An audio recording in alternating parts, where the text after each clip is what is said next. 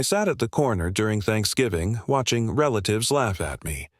Someone asked what I did for a living. I smiled and stayed quiet. They assumed silence meant shame. They believed I was embarrassed to answer. But I had an answer they could never imagine. Everything changed 3 years ago. What happened next transformed my relationship with them forever. Before we begin, drop a comment about where you are watching from. If you felt judged by Family Hit, like and subscribe. You will want to hear this. My name is Bobby, and I grew up in Austin, Texas. My family was as ordinary as they come. My father worked construction his whole life until an accident took him from us when I was 19 years old. After that, my mother Helen raised me and my younger sister Sophie on her nursing salary alone. We never had much, but we had each other, and that was enough. From the time I was 14, I taught myself how to code. While other kids played video games, I was building them. While my classmates worried about prom dates, I was learning programming languages. People called me strange. My Uncle Marcus once told my mother that I was wasting my time staring at computer screens all day. He said I would never amount to anything if I kept dreaming instead of working a real job. When I turned 22, I made a decision that shocked everyone. I dropped out of college during my 3rd year to start my own company. The reaction from my family was immediate and brutal. Uncle Marcus laughed out loud at the dinner table. My Aunt Patricia shook her head and told my mother she needed to control her son before he ruined his life. My cousins Derek and Megan whispered to each other, and I could tell they thought I had lost my mind. But I kept working. For 4 years, I lived on instant noodles and slept on a mattress on the floor of a tiny apartment. I poured everything I had into developing a logistics management software designed specifically for small businesses. There were nights when I questioned everything.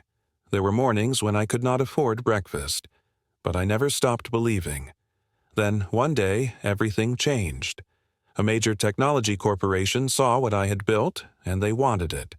They acquired my company for $12 million. I was 26 years old, and suddenly I had more money than my entire family had ever seen combined. But instead of celebrating, I did something different. I took that money and invested it into another startup called Next Gen Solutions. Within 2 years, I owned 68% of a company that employed over 340 people. But here's the thing, nobody knew. I never told anyone in my family about any of this. I continued wearing the same old clothes. I kept driving my 2015 Honda Civic. I stayed in a modest apartment, even though I could have bought a mansion. When relatives asked what I did for work, I simply said I was working on some small projects. And they believed exactly what they wanted to believe. They thought I was a failure living off my mother. The first time their judgment truly cut deep was at my grandmother's 70th birthday party. Uncle Marcus hosted it at his house in Houston, and about 25 relatives showed up. I arrived alone, dressed in jeans and a plain t-shirt, while everyone else wore their Sunday best as if they were competing in some unspoken contest. Uncle Marcus spotted me within minutes. He walked over with a glass of wine in his hand and that smug expression he always wore. In front of at least 15 family members, he asked loudly what I was doing to make a living these days. His voice carried across the room intentionally. He wanted everyone to hear my answer. I told him I was working on a few small projects, nothing special. The room went silent for a moment before Derek, his 29-year-old son, burst out laughing. He asked if small projects meant unemployment in my vocabulary. Megan, his 27-year-old daughter, added her own comment. She said I was probably still living off our mother at my age and everyone should feel sorry for Aunt Helen. Aunt Patricia sighed dramatically. She looked at my mother with pity in her eyes and said it must be difficult raising a child who never grew up. My mother's face turned red. She wanted to defend me, I could see it in her eyes. But I squeezed her hand under the table and shook my head slightly. I did not want her fighting battles for me at a family gathering. That night I drove home in silence. The words they said did not hurt me as much as the expression on my mother's face. She had looked embarrassed. She had looked small. And that broke something inside me. 2 weeks later, I was reviewing some documents at the Next Gen Solutions office when I came across the new employee roster. My Human Resources Director Amanda had sent over the quarterly hiring report, and I was scanning through names when two of them jumped off the page.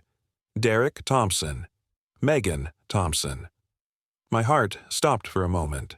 I checked their employee profiles. Derek had been hired in the sales department 3 months ago. Megan was working in accounting. They were both employees at my company, and they had no idea I existed anywhere near their workplace. I sat back in my chair and stared at the ceiling. Part of me wanted to laugh at the irony. Part of me felt something heavier, something I could not quite name. I could have revealed myself right then. I could have called them into my office and watched their faces change. But that was not who I wanted to be. I decided to stay silent. I would give them a fair chance to prove themselves through their work. Maybe they would surprise me. Maybe being employed at a successful company would change them. I was wrong. 6 months passed, and Christmas arrived with its usual chaos of family obligations. This year, the gathering was at my grandmother's house, and I showed up with the same quiet demeanor I always had. But this time, Derek and Megan had news to share. Derek could barely contain himself. He stood in the living room and announced to everyone that he had landed an amazing job at Next Gen Solutions, one of the fastest-growing technology companies in Texas. His salary was nearly $7,000 a month, and he was already being considered for a senior position. Megan chimed in explaining how competitive the hiring process had been and how lucky she felt to work there. Uncle Marcus beamed with pride. He clapped his son on the back and declared that this was what real success looked like. He glanced at me with barely concealed contempt and asked if I had ever heard of Next Gen Solutions. I nodded and said I had. He laughed and told me that maybe Derek could put in a good word for me, though he doubted they hired people without degrees or experience. Aunt Patricia turned to me with a smile that held no warmth. She suggested that maybe Derek could help me get an interview for a janitor position. After all, she said everyone has to start somewhere, even if it is mopping floors. The room erupted in laughter. Even some of the younger cousins joined in, though they probably did not fully understand what was so funny. My mother sat in the corner, her plate of food untouched. Sophie, my sister, looked ready to explode. She knew the truth. She was the only family member I had told about my success because I trusted her completely. She gripped my arm and whispered that she could not take this anymore. She wanted to tell them everything. But I shook my head. This was not the right time. Christmas was supposed to be about family, even if that family did not deserve the peace. What I did not share with anyone that night was what I had discovered about Derek and Megan at work. 2 weeks before Christmas, Amanda from Human Resources had brought me a troubling report. Multiple complaints had been filed against Derek. A female employee named Jessica had formally accused him of making inappropriate comments. He had called her pet names in the office. He had asked her out repeatedly despite her rejections. When she finally reported him, he retaliated by spreading rumors about her to other colleagues. Additionally, his sales numbers did not add up. He had been inflating his reports to earn higher commissions. Megan was no better. An internal audit revealed that she had been submitting fraudulent expense reports. She claimed reimbursements for luxury hotels during business trips but actually stayed with friends. She purchased personal items and categorized them as office supplies.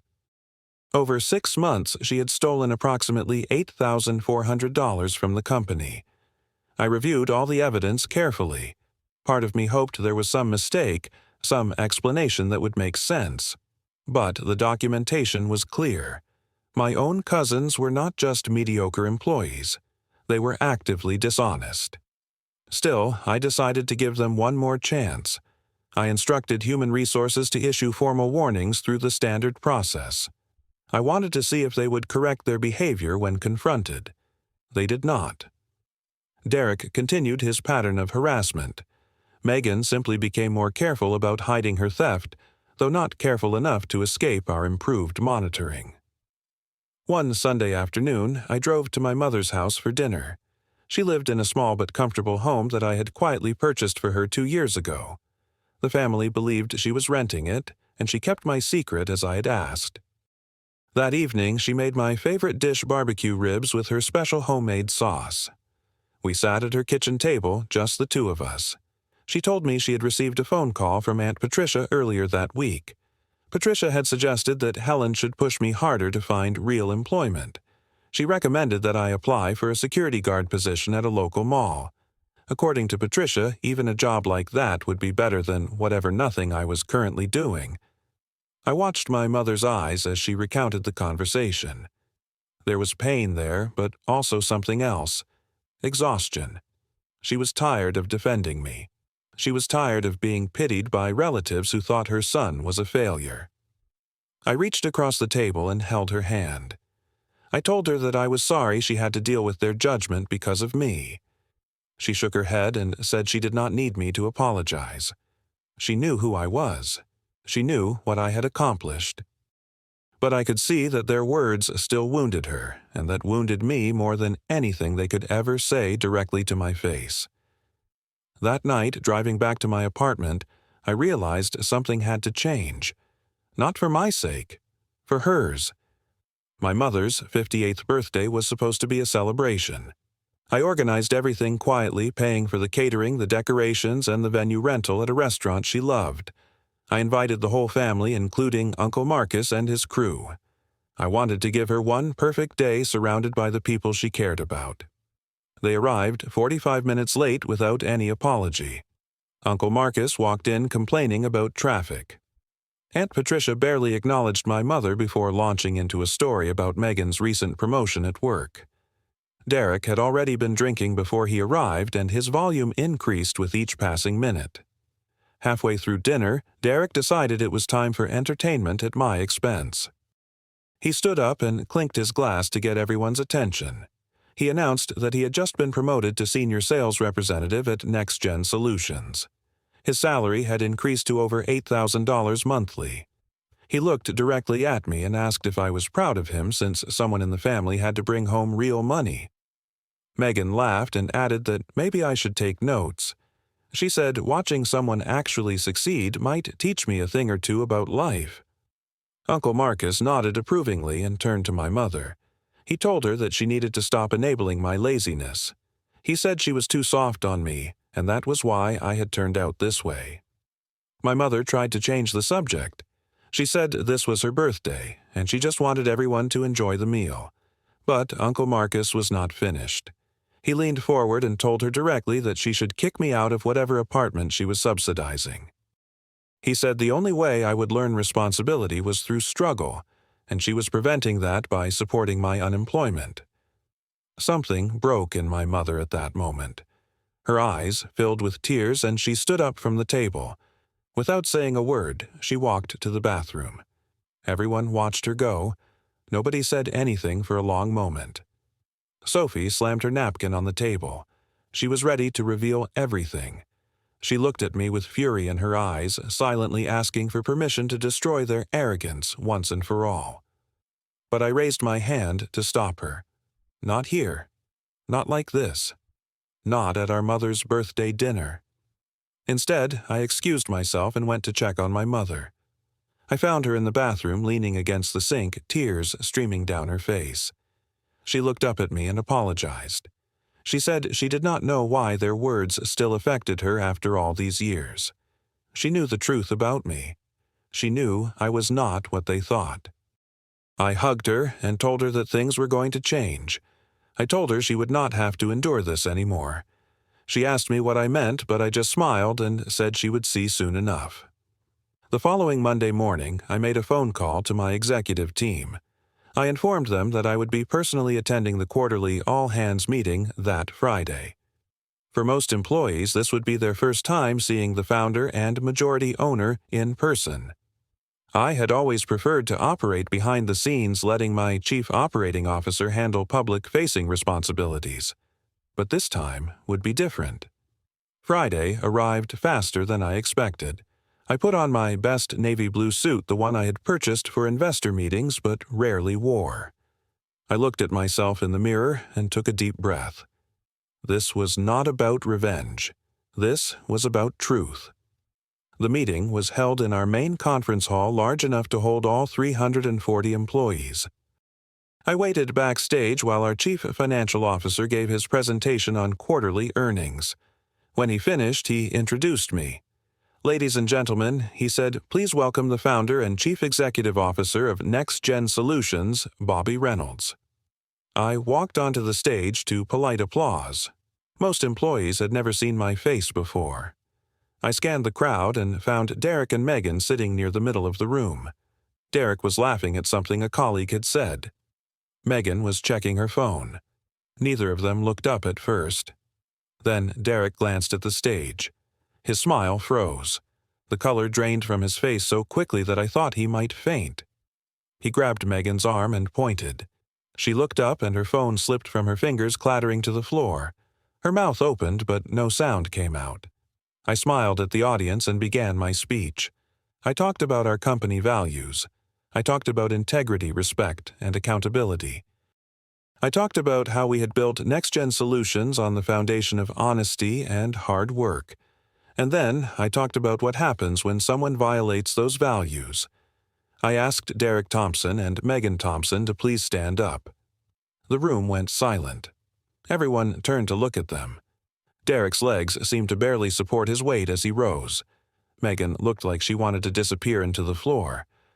I explained to the room that we had conducted a thorough investigation into their conduct. I detailed the harassment complaints against Derek without naming the victims. I outlined the financial fraud committed by Megan, including the exact amount she had stolen. I made it clear that our company had zero tolerance for such behavior. Effective immediately, I announced Derek Thompson and Megan Thompson are terminated from Next Gen Solutions. Security will escort them from the building. 2 guards approached them. The room remained completely silent except for the sound of footsteps. As they were led toward the exit, I stepped off the stage and intercepted them in the hallway. I told them quietly that I had given them every chance to prove themselves. I said I had hoped they would be different at work than they were at family gatherings. But they had shown me exactly who they were. I suggested they go home and ask their parents if they knew who really owned this company. Derek looked at me with a mixture of shock and fury. He asked why I had never said anything, why I had let them mock me for years. I told him that was exactly the point. I had never needed their approval or their respect. I'd only wanted to see if they were capable of being decent human beings when they thought no one important was watching. They were not. The aftermath of that Friday unfolded faster than I anticipated. By Saturday evening, Uncle Marcus called my mother's phone. I happened to be there having dinner with her and Sophie when the call came through. She put it on speaker at my request. His voice sounded different than I had ever heard it. The arrogance was gone, replaced by something that resembled fear. He asked if it was true. He asked if Bobby really owned Next Gen Solutions. My mother confirmed it simply. She said yes, he did. There was a long pause on the other end. Then he asked why nobody had told them. My mother replied calmly that nobody was obligated to share their financial information with people who only showed up to criticize and belittle. Aunt Patricia got on the phone next. She was crying.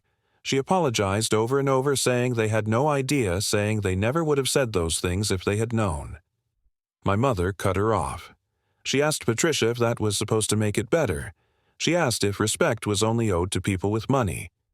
Patricia had no answer.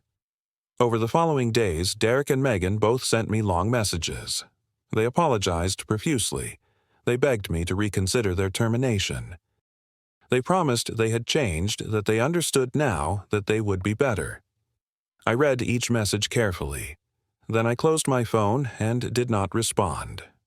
Some people might expect that I felt triumphant during this period.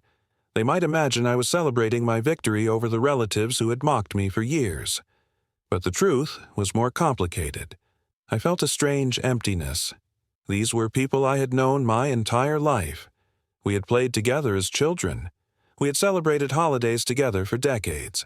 And now there was a wall between us that might never come down. I started seeing a therapist named Dr. Warren.